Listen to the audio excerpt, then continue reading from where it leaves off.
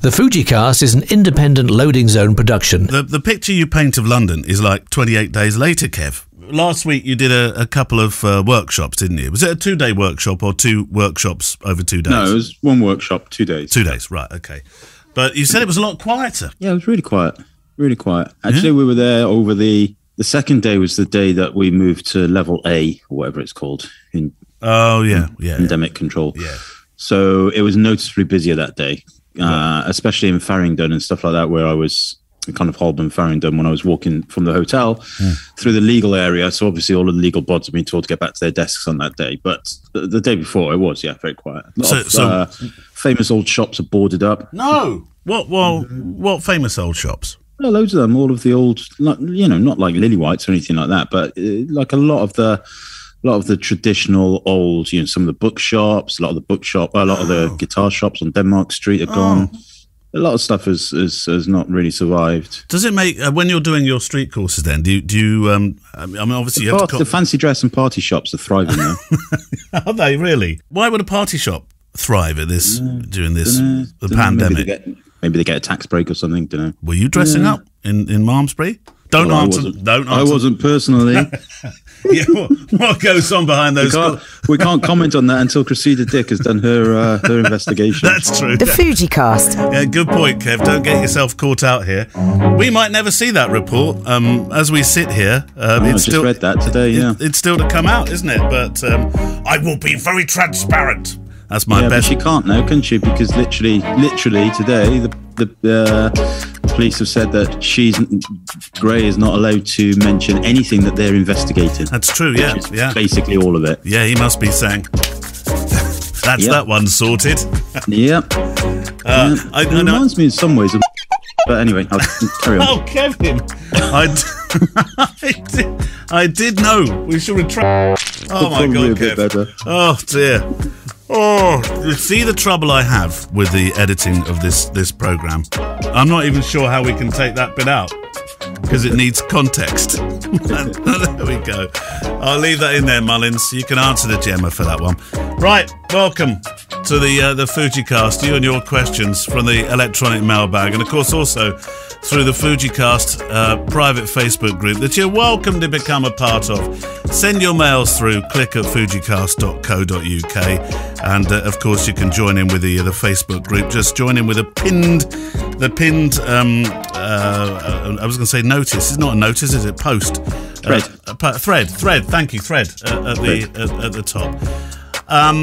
We don't have a book of the week this week, but we do have a guest, Simon Blakesley from Canada. Part of our new, I'm not going to call it season now, Kev, the new series of interviews, who is an aviation photographer in the beautiful Yukon, where it's always minus 189 by the looks of it. Is that a delta? Yukon Delta? Yukon, yes. Delta? Is it a delta? I think so. Well, it's very cold, always. Yes, it's like minus 35. Was it him that put that thing on the Facebook saying... The temperature said minus 35 feels like minus 36.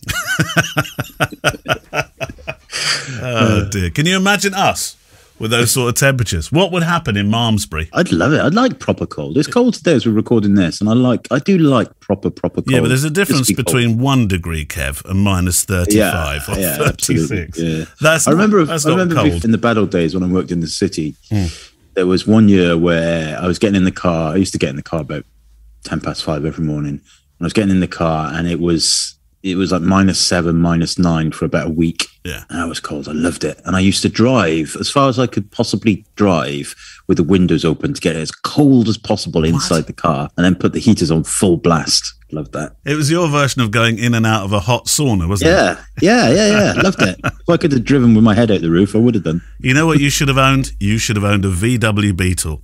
That would have been perfect for you. Always cold. Right.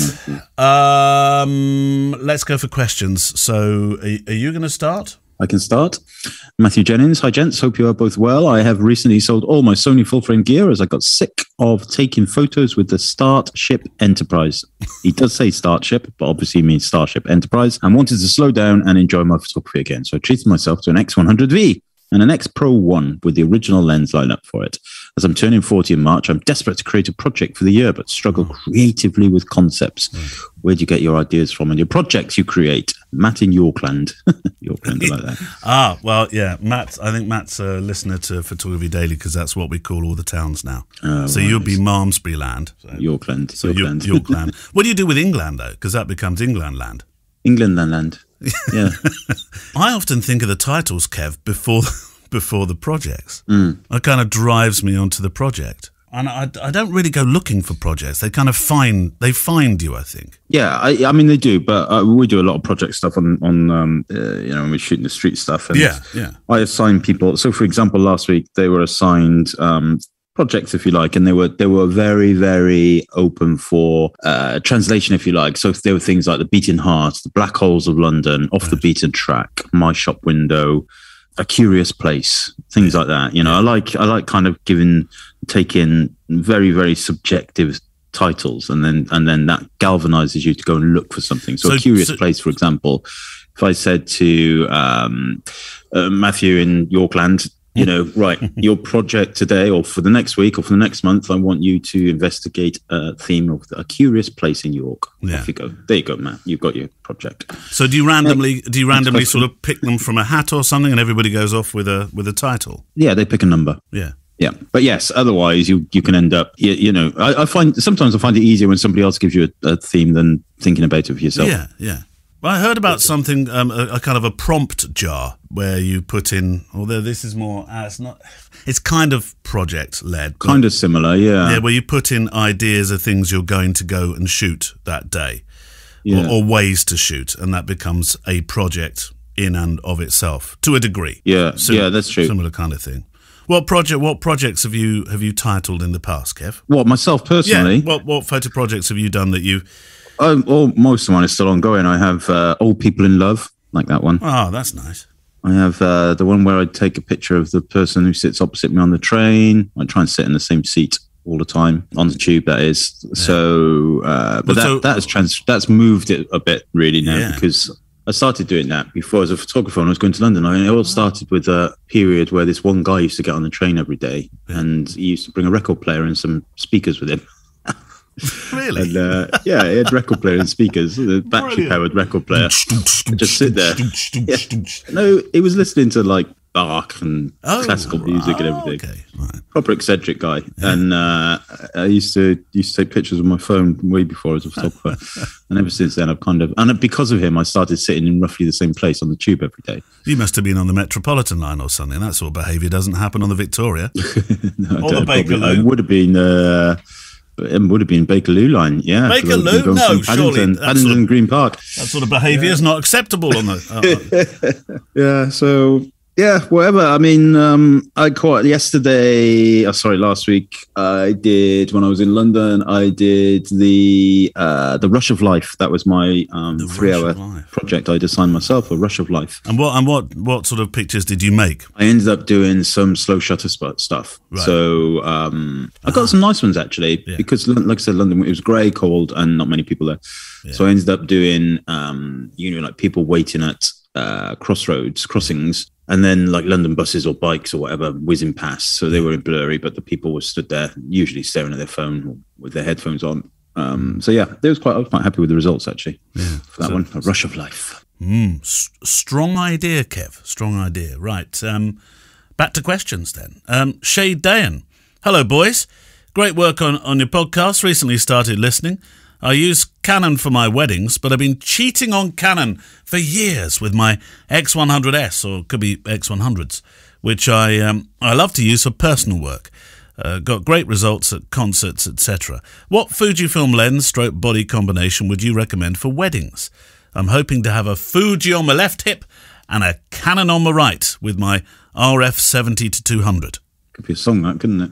Could be, couldn't it? I've always found it very difficult to work with. Now, I've used both systems for weddings, Fuji and Canon, but I'm never quite sure that I can mix the systems when I work. I take my hat off to people that do. I just confuse myself and start pressing the wrong buttons and stuff. I think it's more challenging, but plenty of people do it. I would say if you've got your X100, the X100 along with a Canon system, I think would be fine, because actually you're not going to be shooting that much with your X100 probably, especially if you've got 70 to 200 on. That sounds to me like that's a kind of workhorse lens.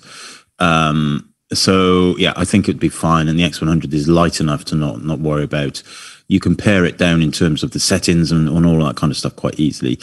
It will get a bit more complicated, I think, if you start using a camera with more kind of dials and bells and whistles and stuff like an X-T4. But plenty of people do it, so shouldn't really be a problem. Yeah. What my Pinterest password is, by the way. Do I know what? Sorry, my Pinterest password is. Pinterest. I'm trying to log on to Pinterest. I'll look in here, see, because my Kev drawer is just down here. So get past all your lenses, and there's your password book. No, sorry. Are you using it again then? Pinterest? Yeah. Well, no, something just popped up, and I wanted to look at it on Pinterest. And of course, with Pinterest, you can't actually look at anything unless you log in. Yeah, of course. So, no is the answer, and that's one of the reasons it forces you to log in. When was the last time you actively used Pinterest within your business? Oh, I don't think I ever have. Why, I really don't. I'm actually saying that I am now, because what popped up is something that I was interested in for the studio. Yeah, but I can't actually see it, because now it's saying you've got to log on, and I'm like, I can see the preview of it, and you've got to click the button to log on, and I can't remember the log on, and now it says you can't do anything, and it just wants me to log in with Google, and I'm like, no, you. Let me just see it. I want to just see that picture. Don't be so angry with it. Oh, it makes me mad. Not as mad as all the other websites that come up. As soon as you go on them, it pops massive pop-up saying, do you agree with all of our cookies and our GDPR and consent? Accept all, accept some, accept none. Click these, do that. And I'm like, no. There seem to be more of those these days. For a while, I know, it's a legal obligation, I know. But for a while, it was more subtle. It's become... The law hasn't changed again or something that says that thou shalt make this a bit of a sledgehammer approach. I don't even think it's a legal obligation, to be totally honest with you. I think people are just covering all their bases. Yeah. And it's mostly American websites. In America, from my understanding, I might be wrong with this, but in America, you don't have these issues. Right. It's when you go to an American website from a European location, and whether actually we even constitute being in a European location any longer in terms of the EU, I don't know. And of course, in America, they cover all the bases very well. So it's like, boom, there you go, no entry. It's like having a big bloke on the door, isn't it? You can't come in unless you sign my book. I just don't go to those websites, honestly. They're just losing traffic. It's ridiculous, absolutely ridiculous. Whoever thought that up is the same bloke who thought about putting 7 tests in a box, in a COVID box. Ridiculous, stupid. But there's loads of lawyers making money out of it, isn't there? So rich get richer, poor get poorer. I heard the other day, by the way, when you're talking about whether the UK is part of anything, a guy on a phone-in show phoned in to say he worked for the ports. On the ports down in Dover, I think, and he said, we don't call it UK anymore, we call it the SK. And the host said, well, what's the SK? He said, Severed Kingdom. He seemed a little bit down at the time. Yeah, I feel a bit like that. But anyway, regardless, I mean, Brexit's done. We are where we are, so we should all get on with trying to make it better. And the first thing they can do is stop using those stupid pop-ups on every website you go to. Right. Next from the Facebook group. What side of the bed did Mullins wake up this morning on, Gemma? Was it the left or the right? Right, okay. Right. I was tired this morning, I have to say. Matt Seals says, Hi Kev, hi Neil, blah, blah, Happy New Year, blah, blah, yada, yada. Oh, I promised myself not to say Happy New Year. You did last week. Oh, you've failed, Mullins. I know, yeah. It's because I don't pre-read the questions any longer. Bit of a not so QQ for you. Yeah. I'm thinking about rural photography workshops on my mail to Mesopotamia mail run later this year. Just call it messy. Just call it messy. That's what he calls it. Wondered if you might be able to give me some advice. Number one, when it comes to workshops, is it best to offer structured experience or to shoot, in quotes, on the hoof? Number two, how much time do you need to dedicate towards camera operation user tips, if any? Do you need to be aware of all camera systems, or is this taken as a given for those attending? And number three, what would you say is the optimum length in hours for a workshop? I'm thinking 11 a.m. till 4 p.m. with a lunch break. Well, take the debrief towards. Take each one of those questions gradually. All right. Number one. One. When it comes to workshops, is it best to offer structured experiences or to shoot on the hoof? Personally, the workshops you're more the workshop king than me. But personally, the workshops that I have done, I find have to have some sort of structure. It's like making a photograph, isn't it? It's got to have a start, middle, and end if you're making a story, so that people kind of know where they are. I think people will feel comfortable in that respect. Now, it can of course bend and change as the day goes along and react to certain circumstances and situations, such as you were talking about with finding that all the shops were closed down, which may have played to some of the themes that you had. But on the whole, I think having some sort of structure, some sort of, we're going from here to there and we'll finish there, is not a bad idea. Yeah, totally agree.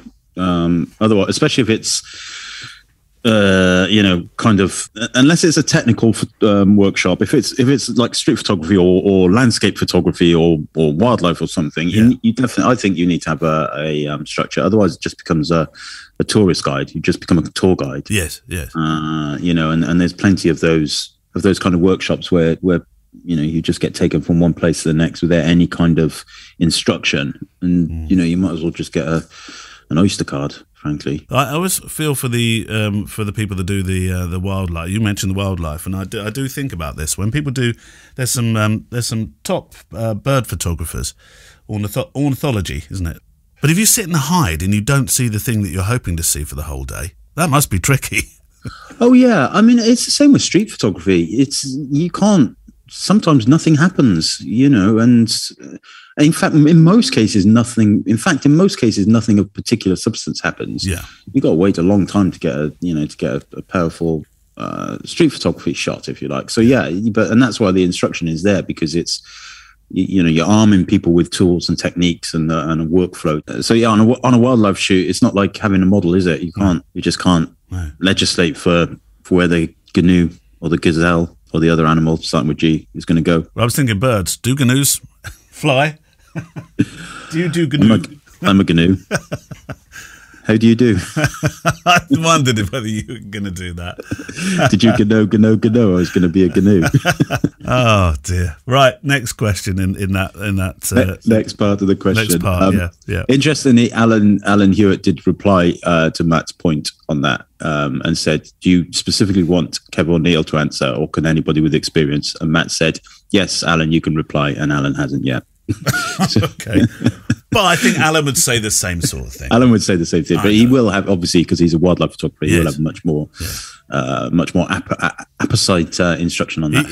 Number two. He's still in the hide waiting for the GNU. That's why he's not answered. That's right, yeah. He's talking to his mate who's looking for the gazelle, thinking, I wish I'd gone for the gazelle today. Yeah. How much time do you need to dedicate towards camera operation user tips, if any? Do you need to be aware of all camera systems, or is this taken as a given for those attending? Well, I think I'm gonna hand this one to you, because on all those that I've done, I've never got involved in different camera systems. It's not been part of anything that I. Yeah, I say that anybody can come on my workshop, regardless of which camera system they use. I would say 80% of people do use Fujifilm system. Yeah. But for example, last week we had a Sony shooter and a Nikon shooter. They sat at the back of the class, but other than that, it was all fine. Oh, Kev. No, they're very good. And so, yeah, I don't have any kind of constraints in that regards. What I do say to people is that you do need to kind of understand how to, use your camera in a basic, i.e. change the settings. Yeah.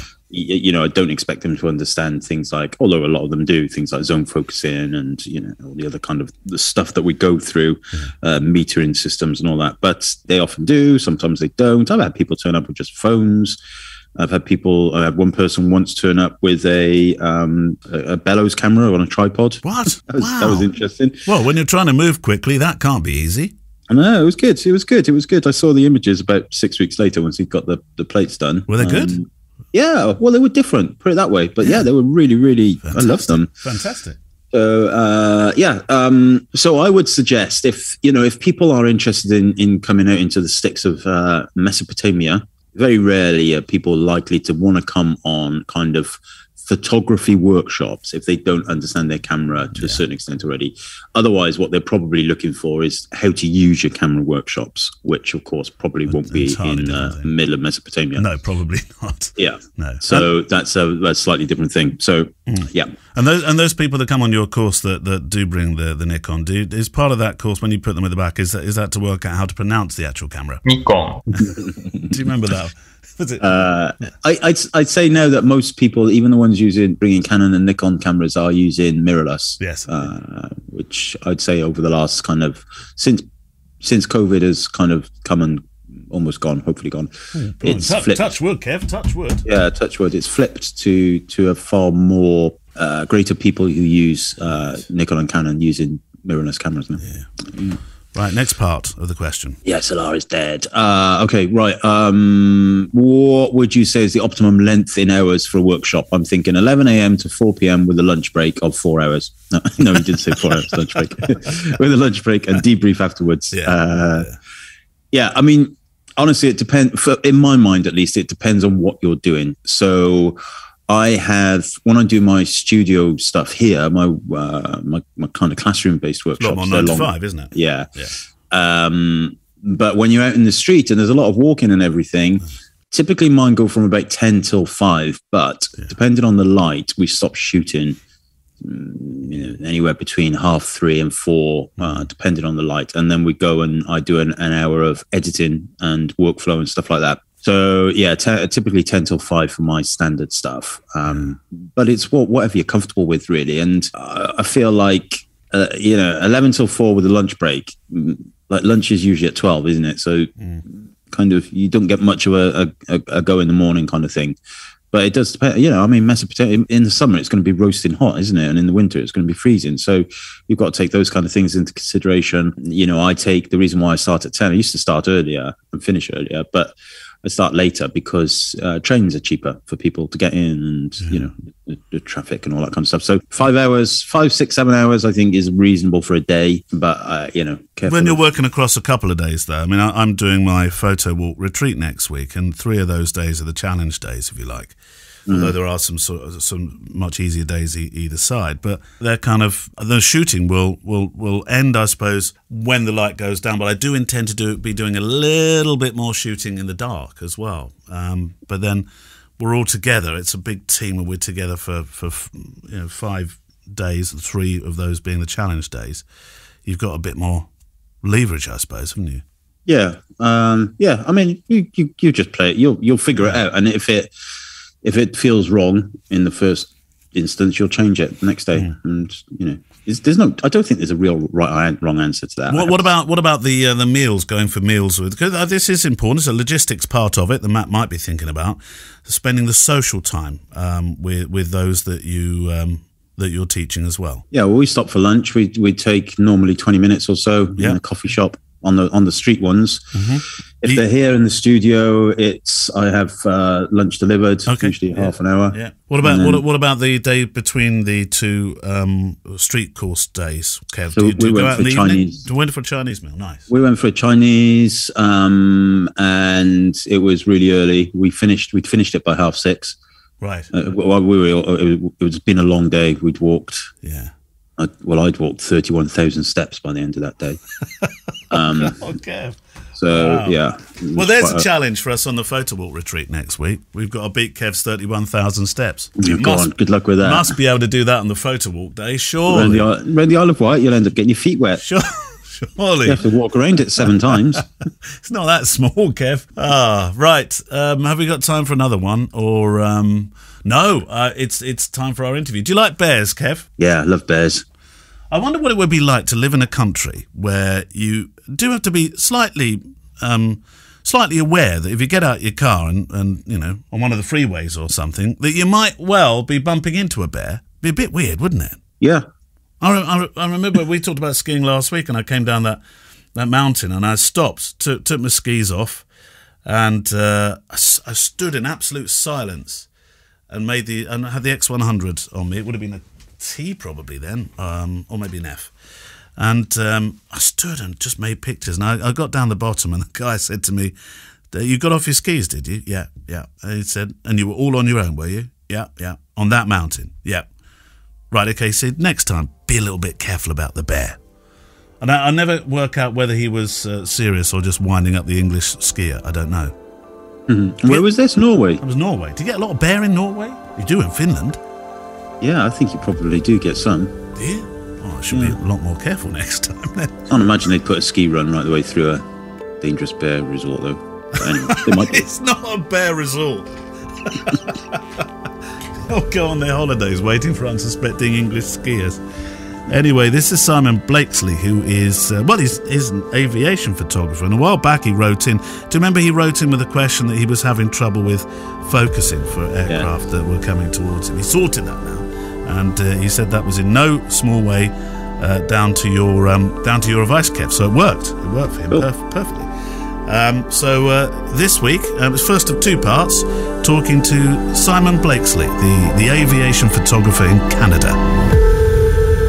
Simon, it's not so unusual to have a story from a photographer where their career or interest was inspired by a family member, Dad being a popular one, of course. And your dad had quite the story, didn't he? Tell me about his background. Well, Dad was a Royal Navy Fleet Air Arm photographer who joined the Royal Navy in 1946 at age 17. And I think it was really a case of he wanted to get away from home. He'd had another family member who showed him an interest in photography. And in very short order, he had conducted his training near Portsmouth and then was sent to Malta. And by the late 40s was a photographer with Lord Louis Mountbatten and living on the HMS Glory and other ships as one of the ship's photographers. That's how he got his start in photography, and quite a range of assignments, really. In that back then, I think you would do the kind of the journalistic press photography when somebody famous would come. For example, he would photograph Princess Elizabeth and Prince Philip, right, who had a very, I think, affectionate connection to Malta. And so when they would come and do shipboard inspections and tours, he was assigned to photograph them. Along with that, there were certainly the more, routine Navy photography tasks, aerial photography, aerial reconnaissance, photographing landings, crash photographs on the deck of the, for investigative purposes, as well as even, and I have the pictures that he's taken of these, of burials at sea. Wow. Of these very solemn events where there will be the series of photos of one of the sailors being committed to the ocean. So there was a whole breadth of photography that he would do up until he left the Navy in 1952. I was sorry to hear that you lost Dad only a few years ago, and we'll come back to that in a short while. But I'm intrigued to know whether you have all the photographs then of Dad. So are you the custodian of that archive? Well, custodian, I think, is a very, very good term. In that when Dad passed in 2018, my three older brothers agreed. They said, right, you're the photographer in the family. Guess what? You get to mail the 20 odd boxes of 60 odd years of photographs and then some back to your house in the Yukon, which I did as we brought Dad's affairs to a close and, closed his house out. As for the Navy photos, of course, many of those the Royal Navy would have. I mean, he was photographing for them. I guess my understanding would be that would be their property. They would probably have them in an archive somewhere. But he did keep for himself a few albums, which he would show to my brothers and I as kids. And that's where I have photos that he took of Princess Elizabeth and Prince Philip, the routine daily life at sea, photos of him, living his life in Malta and thoroughly enjoying it as a young man. So we have some photos. The majority of the photos we have, of course, are the fact that he shutterbugged us to death as children all the way through. So I would estimate I've probably got 20-odd thousand images, which my brothers have committed me to scanning and archiving, digitizing for them. And on a cold winter's day here, I'm happy to do that. I'm intrigued because I know some through talking to military photographers that you're right, that the Army or the Air Force or the Navy, whoever your station position with, they keep the pictures and the negatives. But many photographers carried another camera.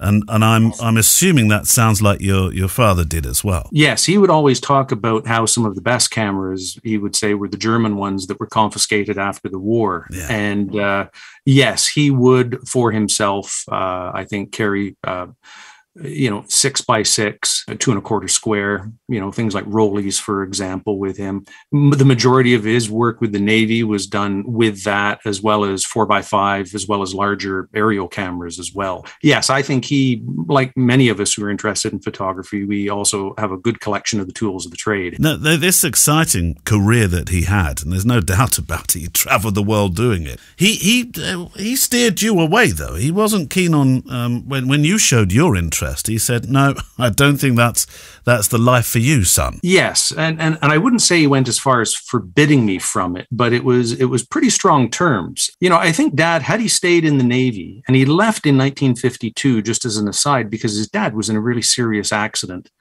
And he, being the only son, immediately left to support his mom. Yeah. What good came out of it, though, is that my granddad in Leicester had a very caring nurse who my dad met, and that's my mom. So mom and dad met thanks to that. But so Dad got out of the Navy. He became a police officer in Leicester for a short time, wanted to be part of the photographic unit. That didn't work out. And so he ended up working for Rolls-Royce, just at that stage where non-destructive testing, photography, ultrasound, et cetera, was coming. And he worked at the jet engine plant in Mount Sorrel. But when going back to how he was involved in photography, I mean, he was pretty specialized and had special jobs. I think what he saw as photography grew and developed is a dilution, a democratization, some may call it, of where more and more people had cameras. Yeah. More and more people are taking photos, and many more people were referring to themselves as a photographer. So when I, in my school days, would say, I'd like to go to college and take a photography course, et cetera, he'd say, not bloody likely. That was kind of the response. And he would say he wanted better for me. Yeah. He would say that I don't want you chasing ambulances and photographing things just for the local newspaper. Not that that's a bad thing, but I think given his photographic experience, I think he was a bit forward looking in that he saw that the field was changing over time and that it would become harder and harder for a person to make their mark unless they were very specialized, very trained. And it would not be easy to do unless somebody was extremely committed. Well, he must have been very foresighted then, because this was a while before digital that he was saying, well, we're seeing this democratization and proliferation of photography. Well, interestingly enough, I just finished reading Chris Bonanno's book about Polaroid and Edwin Land. Yeah. And I remember Dad saying that he'd had the opportunity to invest in Polaroid in the 70s, a few $100s, which he said he didn't have. But I think having just finished reading the book and seeing how the instant photography was going to become overtaken by digital. I mean, even Ansel Adams in the early 80s was quoted as saying that he saw the future of being some kind of digitized medium. Yeah. I think what it signaled for me was that he was saying just that the field was going to change. And most certainly it did, as we all know. Both technologically as well as in terms of access to, photography wasn't the kind of thing that that just somebody who could afford a camera could do anymore. Everybody could do it. You did end up, though, in the military. Yes. And I think it's about this time that you actually put your cameras down as well. I mean, we will get to your photography soon, but there was almost a chance that you weren't going to pick up your cameras again anyway. Yes. When I joined the Air Force in about 1983, film was still very much prominent. 1 hour photos were very common. I worked in one on the side to help put me through university. So I was a 1 hour printer and camera salesman, as well as jet engine mechanic on Royal Canadian Air Force aircraft. And right around, for me, it would be about 2000. By that point, I had moved on to teaching. I had moved away from access to Dad's darkroom to the 1 hour photo. Where I live here in Whitehorse, there was one photo lab that would do medium format developing. They closed down. And so I used to use, twin lens Mamiya C330s. I have Dad's speed graphic 4x5, which I loved to use. Yeah. And I still have all of that, and the Omega D6 and larger, all of those things put away. But I with the photographic field at that point seeming to have both feet in the air, I didn't really know where to go. So I put it aside totally, other than maybe just a point and shoot camera. But even then, it was something I picked up more in a nostalgic way, wishing that things were the way they were, because I didn't really know which way, what was digital flash in the pan, was film going to make a resurgence. I just didn't know. But it was your dad, though, that came riding back into town on his Charger, saying, come on, son, it's time for you to pick your cameras up again. After all that, it was really he that was responsible for you now being a professional photographer, he unwittingly. Well, yes, and how that came about was by about 2005, I was well immersed in my career as a teacher, school head, deputy head. I was engaged in just starting a PhD degree to become an educational researcher. And I remember saying to Dad once on the phone, I said, Dad, I miss photography so much. And I think he heard my voice break. Uh-huh. And he said, don't forget, he said that photography will always be ready for you when you're ready for it again.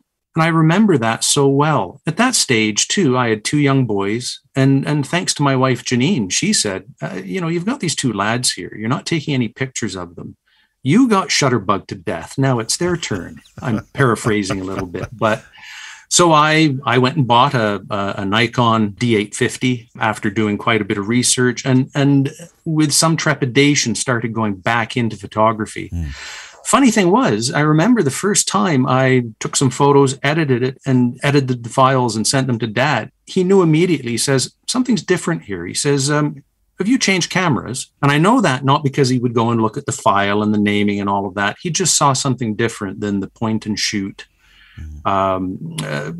photos that we had been taking, snapshots. Did he say what he saw? Was he specific? I think it was just more the sharpness, the clarity. Okay. The images just seemed a notch above what he'd been seeing for the past few years. So the aviation photography, when does that start then? Well, I guess it always kind of was there in the background. When I was in the Air Force, I was always the fellow who had a camera. Yeah. When I was posted to Germany for a short time, I was the one who took all the photos for the other fellas that were there.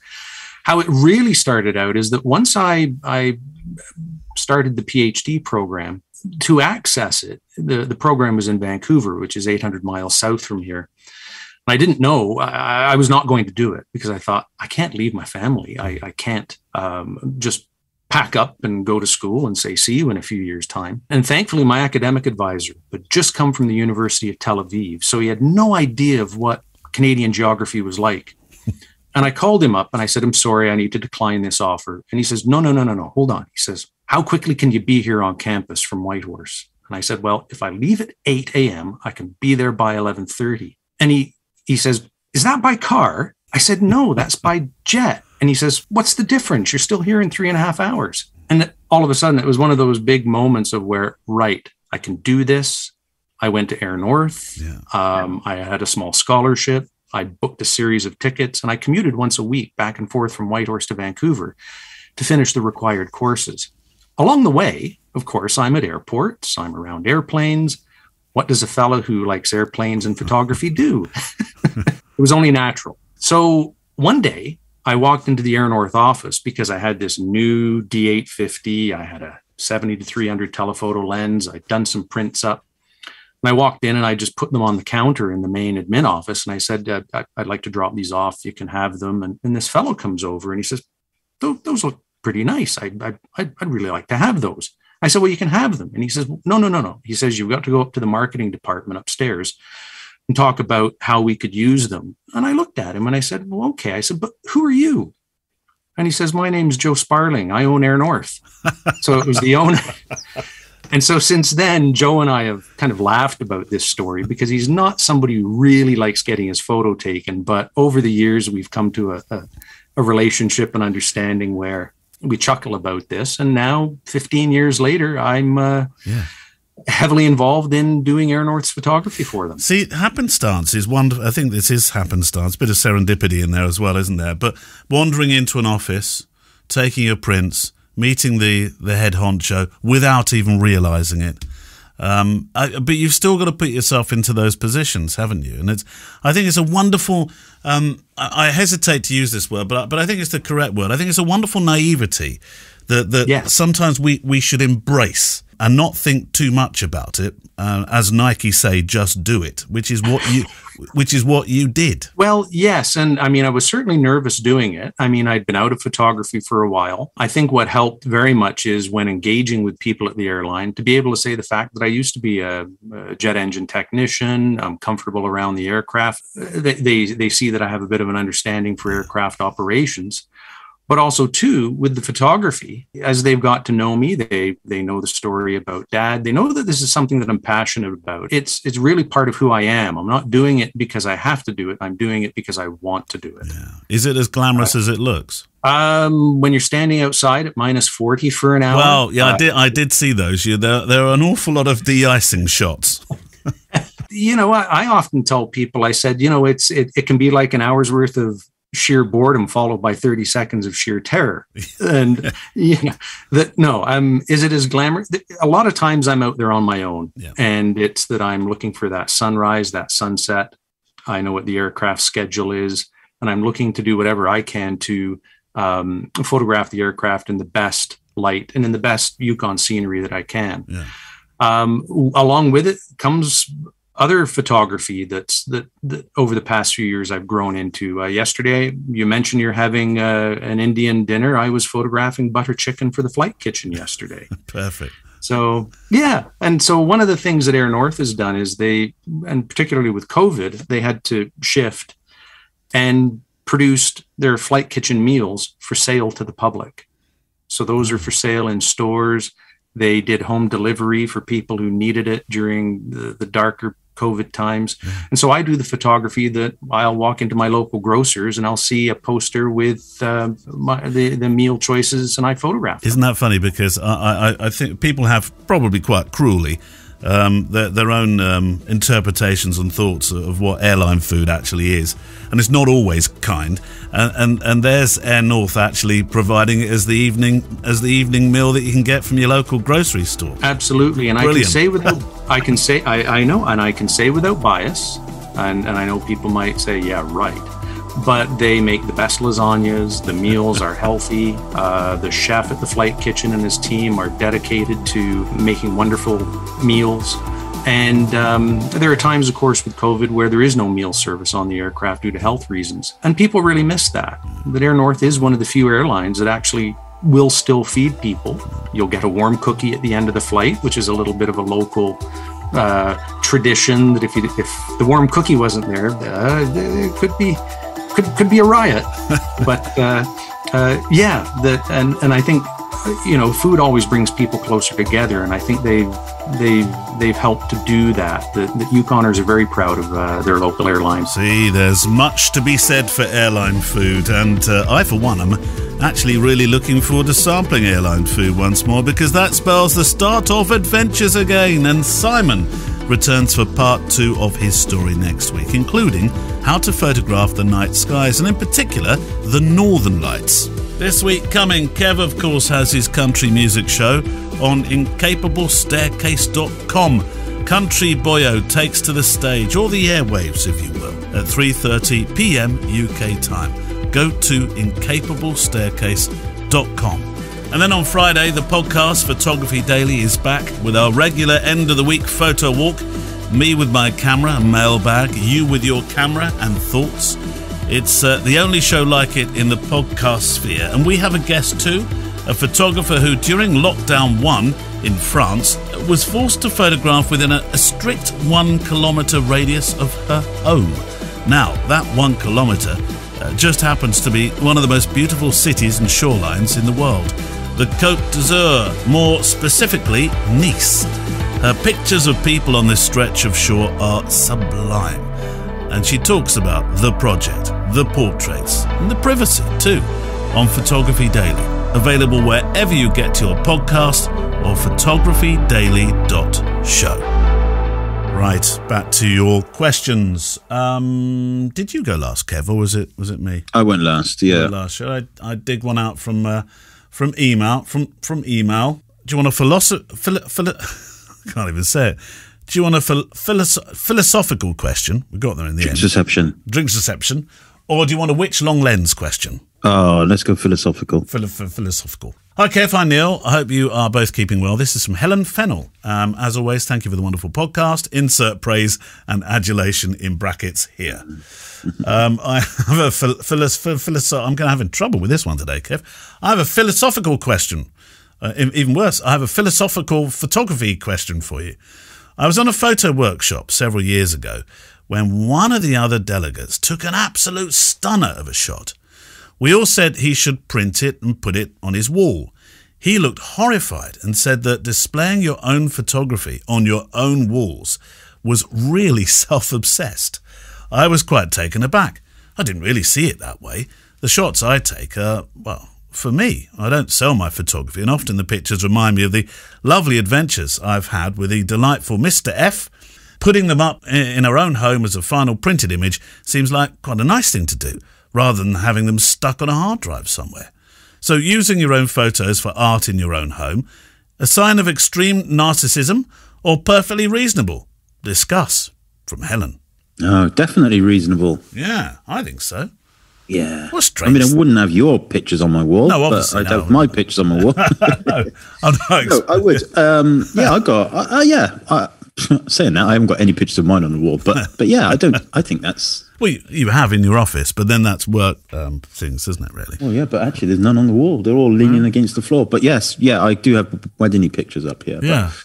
But not at home. And that's purely because we're in an eternal state of moving and decorating things and stuff. But you've also got one of these really interesting homes that has walls that go right angles and do all sorts of things at times when you're not quite expecting. Cause it's a period house. It's difficult to get lots of wall space, isn't it?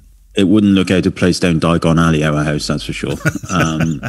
Absolutely. Back to the question, I think, what's the point? Otherwise, I think it's more narcissistic to think that other people would have your pictures on the wall than yourself. But that's the point of producing art, isn't it? Or producing pictures that you hope other people might enjoy. I don't think there's anything wrong with that. I totally agree. Otherwise, with that. An artist wouldn't paint a picture. What I'm saying is, if you think it's narcissistic to have pictures of your own pictures on your own wall, isn't it not more narcissistic to think that other people would digging into the philosophical element of this, isn't it more narcissistic to think that other people should have your pictures on their wall? Yeah. I mean, it only becomes a bit awkward if you, every time somebody comes around your house, you march them round like it's a gallery explaining how you took each picture and what it means to you. Maybe then, but you're not going to be doing that. No, absolutely. And, we do. We have one, actually, I'm thinking about our house. As you go through our ridiculously small porch now that isn't big enough for all the shoes and stuff, we got a picture up. That's it. That's it's the first thing you see before you trip over the shoes, and then the dogs bite your ankle, and that's it in terms of pictures. There's nothing right now. God, the person that said that, Helen, must be really. Well, they must have a very clinical house, because is that the right word? But then, I mean, they mustn't have anything on the walls then, because in that respect, then they wouldn't have pictures of their family, of any special occasions, wedding, the kids, the dogs, the cats. Well, that's it. Maybe there's parts of this question we don't understand. We don't have. Yeah. There's elements that we don't have. Maybe they're on about, like art. I don't know, landscape picture or something, rather than personal snaps of the family and all that kind of stuff. But we don't know all of the parameters to it. But yes, ultimately, stick pictures on the wall. Stick your pictures on the wall. If you like them, stick them on there and look at them. If you go somewhere, I mean, I always like that picture you made. What was the landscape award you got? Do you remember that one? Tokyo. Tokyo, wasn't it? That image. I mean, that. If you had west and east and north and south wings, Kev, that one most definitely would be a big print somewhere in your house, surely. No? Okay. It's not. Yeah, it is in other people's houses. I know that. I know that a couple of the marketing team in Tokyo have got it. But but for you, it would be time that you spent in Tokyo that you enjoyed, that brings back a memory, some very happy memories. And I can't see a reason for not having that on your own wall. Yeah, no, absolutely. I don't have it because I don't have it printed out anywhere at the moment. But yes, absolutely. I totally agree. 100%. Yeah. So I think that person, Helen, was being a miserable old sausage. Yeah. Mate, just give him a big cuddle. Big hug. Is that your answer to it? But also, I mean, he might not be able to take praise very well. It could be just the other thing, you know. Yeah, it could be. There could be all kinds of things going on there. I'm saying him. I don't know. Is it? Oh, no, it was a he, yeah. It might be just his, you know, like, get away. No, it's no good. You know, it could have just been his way of dealing with praise. Good question, though. Yeah. And thank you for making me read philosophical a few times. Mm-hmm. Right, your turn. Oof. All right, this is a big one. This is from John Taylor. Hi, Kev. Hi, Neil. Right, strap yourself in. A question that's less about the objective mechanisms, the objective mechanics or specifications of camera kit, and more about the subjective assessment of the most important part of a camera, mainly the 12 inches behind it. Right. I measured my head once. It's not 12 inches. What? Your head? Yeah. Right. Have you got a ruler? I've got a tape. You need a tape measure, not a ruler. Well, a 12-inch ruler is 12 inches, isn't it? Yeah. Well, see if your head is 12 inches wide. I've got to take my headphones off. From the back to your eyes, to the end of your nose. I'll take my headphones off. From the nose to the back of your head. And I bring the ruler round. No. Oh, exactly. Is it shorter or longer? Much bigger than 12 inches around the circumference. Mm. Well, you can't. Your head. Look, wasn't it Richard Avedon or was it? It was some famous photographer said the most important part of the camera is the 12 inches behind it. Yeah, it was. Or maybe that's through the head. Well, everybody write in and tell me how many inches your head is. Just your head. I can't. Well, the trouble is now I'd have to bend the ruler to make. Yeah, do it with a 12-inch ruler, people, rather than do it with a waist measurer. Oh, you don't mean circumference, do you? Do you mean straight through the head? Not circumference. No. Like I think you meant round your head. No. Oh, in which case it's less than 12 inches. Yeah. So when you said much bigger, I was like, oh my God, you need to go see the head doctor. No. Oh, now I see what you mean. Right, okay. Anyway, okay, we're still only in the first paragraph and there's 20 paragraphs. Yeah, this could be a long one. The question is, how do you know you are improving?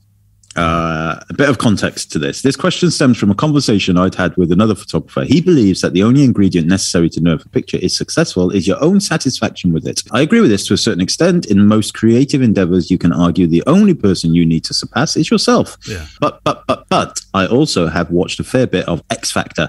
And as we know, the auditions are full of people who are satisfied with their own singing, but fail to gain any external opinions. With regard to the success of a picture or body of work, I believe external feedback from someone you respect is often more valuable than your own assessment, purely because it is potentially prone to the sort of delusion we see on reality TV. In other words, you don't know what you're doing, or you don't know what you don't know, is what he says. Yeah. My Instagram biography probably overcompensates the other way, as it reads, no idea what I'm doing 93% of the time. And he goes on to say, I basically knock 1% off every time people I respect say something that makes me feel like I'm genuinely progressing. That's very good. So that means 7 people have said to him, you're really good. 7 people he respects. But I'm aware that this overcompensation has an insidious nature.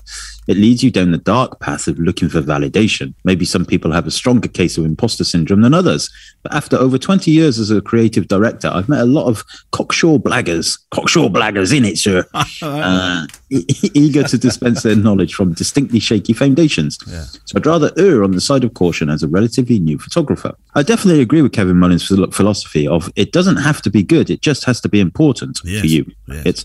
And a lot of my shots are live in this space, as most of my photography is personal family documentary. I make no money from it, therefore I don't really compete with anyone in a professional sense.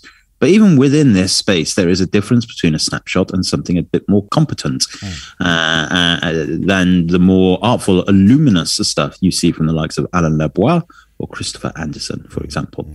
So even with the just important caveat, the question remains, if we can't always trust our own opinion, And if relying on external critique can be seen as either needy or positively subjective, depending on the source of that critique, how do you know if you're improving?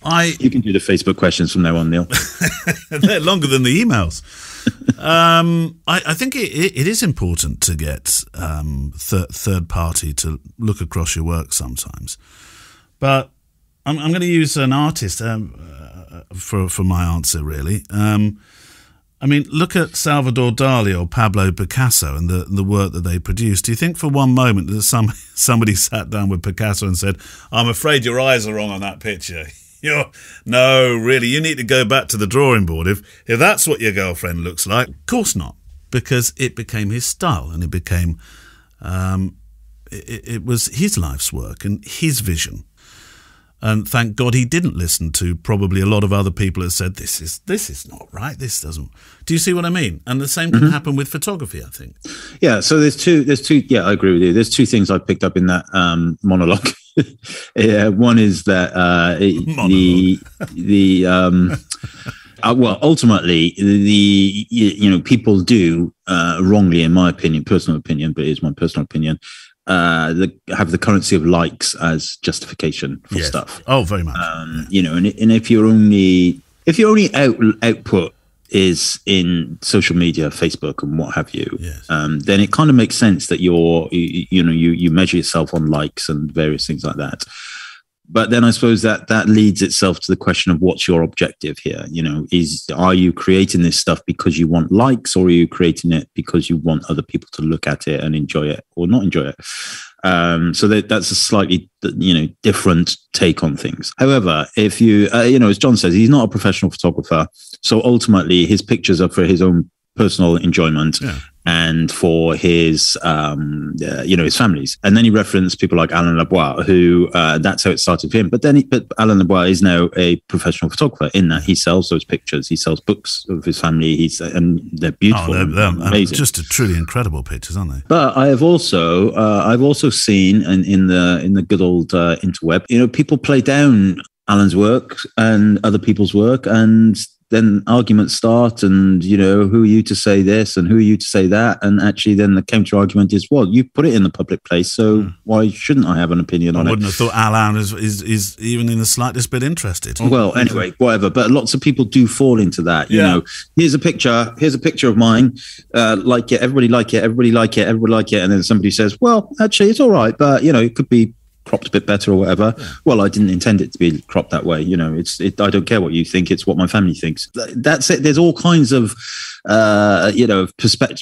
perspectives on this, I think. But ultimately, yes, definitely, I think having another voice, talk to you about your pictures is good. But always remember, always remember, it's very subjective. Yeah. There are, there are certain parameters that are pretty much unmovable. Things like composition, cropping, corners, all that kind of stuff, things that can improve a picture almost always. But ultimately the content and the context is very subjective. Who did you choose to go to in the early days, Kev, to get feedback on your work, if you did? Well, I did portfolio reviews for my wedding stuff with Jeff Askoff. Yep. And they were very, very good.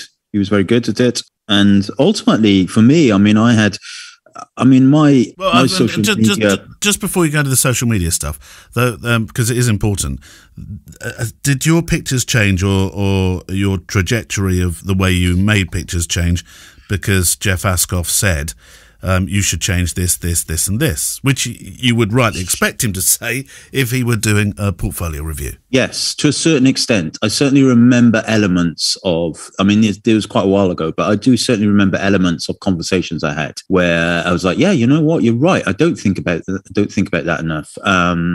So yeah, absolutely. I remember one I did with him, which was more of a look at a whole wedding. And there was, it was kind of like, I wouldn't include that picture. I wouldn't include that picture. I would include that picture, etc., etc. And that's a good thing because you don't have to agree. And I always say, because I do portfolio reviews now, and I say to people, look, just because I don't necessarily think that picture is strong does not mean that you have to agree with me. But this is my take on it. This is the reason why I think this is the case. And then it's up to you to, you should never, ever expect the opinions of others to dictate what you do. You should take it on board and either agree with it or learn from it or discard it, because discarding it is a valid thing. Actually, no, I don't agree with that. That's fine also. Well, you were going to talk about the affirmation provided by so social media, you don't have, I don't have a massive social media following, but I have a reasonable amount, which is odd because I don't put anything on there anymore. And I've had my fair share of mostly positive stuff, but occasionally I get, people say, well, this is just rubbish. And it makes me think, and I think maybe it is, maybe it's not. And so I always try and, I remember having one conversation with one guy. He was like, this is awful. All your stuff's awful. I don't understand why you're an ambassador, blah, blah, blah, all this kind of stuff. And so I messaged him privately and I was like, that's fine. I get it. But can you explain why it's awful? And he tried to explain. In fairness to him, we had a reasonably grown up conversation. Okay. And but the explanation wasn't very well grounded. So I kind of discarded it in the end. But, had he said it's awful because of these reasons, and maybe like Jeff had said about certain pictures, that's just not good enough, then I'd have taken it on board. But ultimately, the more you put your stuff in front of people, the more your feedback you will get. And whether that's good or bad, you have to be able to accept it. A lot of the stuff that you receive in social media, though, I say a lot, that's a sweeping generalization. Some of the stuff you receive on social media is always going to have a base that's been laid by jealousy or envy. Yeah, I mean, that's fine. But that's another conversation, isn't it? But it's the opinions of pictures that's important, I think. Yeah. And I guess what I'm saying is, if you're putting your pictures out there in a public place, regardless whether they are for personal or commercial reasons, then you must expect people to have an opinion on it. Whether they voice that opinion or not is another thing. So yeah, it's there. And ultimately, at the end of John's question said, "How do you know you are improving?" That's one of the hardest questions, isn't it? I went through an exercise during one of the last lockdowns where I got all of my literally every single wedding, apart from the first year, because I seem to have lost those. But every single wedding I've got now available to me, the full wedding edit on my drive. And Paul was here, Paul Waring was here, who listened to the show a couple of days ago. And we were going through one of my first weddings, and it was, my word, it was very easy for me to say that I think I've improved. But when you at the point where somebody ever thinks, yeah, I'm all right at this, I'm good at this, then I think that's dangerous. That's dangerous. If you ever think, yeah, okay, fair enough. You might think I can do this, I can make a living from this. But if you ever start thinking, yeah, I'm good at this, then I think, I don't know, it's hard, isn't it? Because for some people, I don't know. But yes, ultimately, you should always be improving. A level of confidence is not a bad thing. Yeah, that's true. A level of arrogance is something to be very wary about. And you must be able to take criticism, constructive criticism. Yeah. And there are people who can't. Here's one from Nariman Masavi, who is in, it's a cold part of the world. Vancouver, Canada. I don't want to get this idea that I think Canada is just really cold. But you sent a beautiful picture in of it's a snow scene with somebody walking off in the background with a dog on a leash on each hand. Wonderful, beautiful scene. Thanks for the podcast, gents. Been tuned in for some time. Definitely a better photographer because of Kev. I was inspired by your photo films and have started making my own. I use Artlist for background music, but I'd like to include some recorded material as well. Please recommend a suitable microphone or microphones that I should use. I'd like to be able to capture me and my friends drinking in a bar. And I also want to capture environmental sounds when I wander the streets or go on hikes. I've got an XT4, not sure if that matters. And your words, not mine. And I've included some sample photos so you get a sense of the sort of environments I'd like to record in. Well, the first one was the snow scene. That's beautiful. The other one was a slightly sunnier day in Vancouver with somebody on a skateboard. So already I'm hearing that board going past, left to right. And then the two dogs. That looks like a very, very quiet scene in a home. And then the bar area. Do you know what I hate seeing in bars, Kev? Great big perspex screens between bartender and you. That's one of the things I'm really looking forward to seeing go. The barriers that we've set between ourselves. during this time. So they're the pictures. The snow scene that I described, the skateboarder, the dogs quietly asleep. Oh, no, not asleep, just taking quiet time. And then the bar. It looks like one of those very, very typical sort of bars in a small town.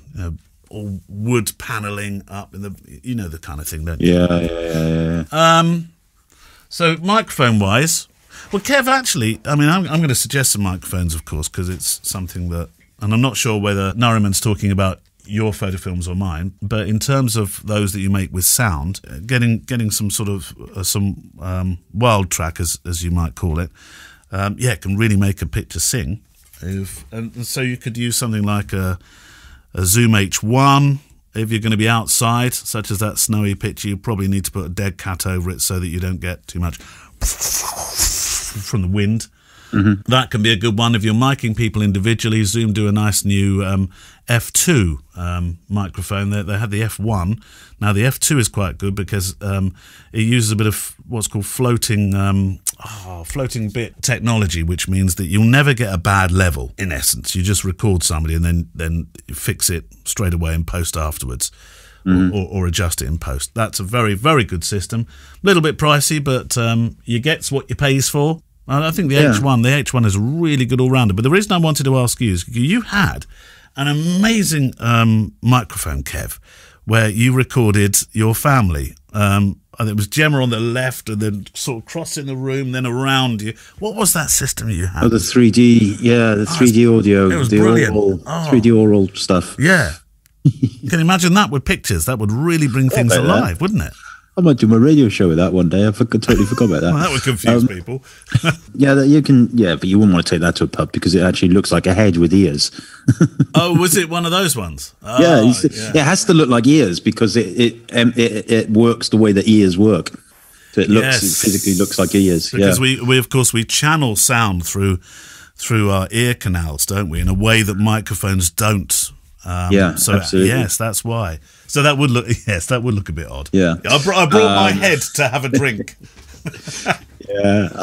Ultimately, if you are just after kind of for something to do, personal stuff and everything, your phone is perfectly reasonable, especially ambience bar music, sounds and stuff. And what you'll find as soon as you start poking leaving proper microphones on the table, or poking them in people's faces, then especially in a bar, people will behave differently. They will either play up to it or they'll stop talking, and things will change. So just on your phones, there's an app I use called Alon. ALON, Alon Dictaphone, and it's a really good recorder. I know a lot of journalists who use it. Just and then you can put a dead cat on the bottom of your microphone if you're outside, so it doesn't get the wind noise again. That's a brilliant. It's a microphone in one. Of late, I started using my great big blimp when I'm doing my photo walks, which is a huge, very intrusive-looking microphone. But actually, it served me quite well in that people started saying, "Oh, what's that then?" And then they wanted to talk to you. Yeah. So if you're trying to be a magnet, I suppose that could help in a way. But are you going to do any more with that microphone, Kev? I don't know. Just as soon as you mentioned it, I was like, where is that? Where did I put that head that records things? I don't know where it is. It must have looked a bit spooky, actually, wasn't it? It's great fun. It is great fun. I am going to do something with it. Was it easy? You can't plug it into a device. You can only plug into a 3.5mm something rather than use. But it was really good. I mean, you didn't you do some sort of did a horror film? That was it. Yeah. A trailer for a horror film. Yeah, that was great fun. I enjoyed that. Yeah. You scared the bejesus out of your young Albie. You did. I'm going to try next week. I'm going to try and record the podcast on it. No. I wonder if we can do that. Yeah. No, but I don't know. Work. Would it? No, I don't think it would come across through Skype or Zoom in the same way, would it? I'm not sure whether it's just 3.5mm recording. I don't know if I can get it into my Rode desk. I don't know. Well, maybe not. I don't know. We'll find out next week. Yeah. That could be an utter disaster. And that's it for this week. If you like this week's show and your podcast player is one of those flavours that lets you, and of course, if you feel it's relevant, we'd love you to leave a review. And you can share the episode on Twitter or Facebook, and you'll be an absolute star. Thank you to our patrons. See you in the Facebook group for any questions that you have about today's show. We haven't said for a while, Kev, play nice, because our mods, Steve and Peter, are in there. Just keeping an eye on stuff. Although, is Steve still speaking to you after last week's cricket mentions? No, I haven't heard from him since then. I didn't think you had. Send your questions and stuff in to click@fujicast.co.uk, or of course, if you're in the Facebook group, leave them in the thread there. And we will see music for Blue Wednesday, supporting music from the incredible artlist.io. Part 2 as well. From Simon Blakesley will be next week. We will see you next week. Bye-bye. Bye-bye. The FujiCast is an independent loading zone production. Email the show with your questions and words of wisdom to click@fujicast.co.uk. Email any complaints and political nonsense to our wives, who will deal with your comments in their own good time and in their own good way.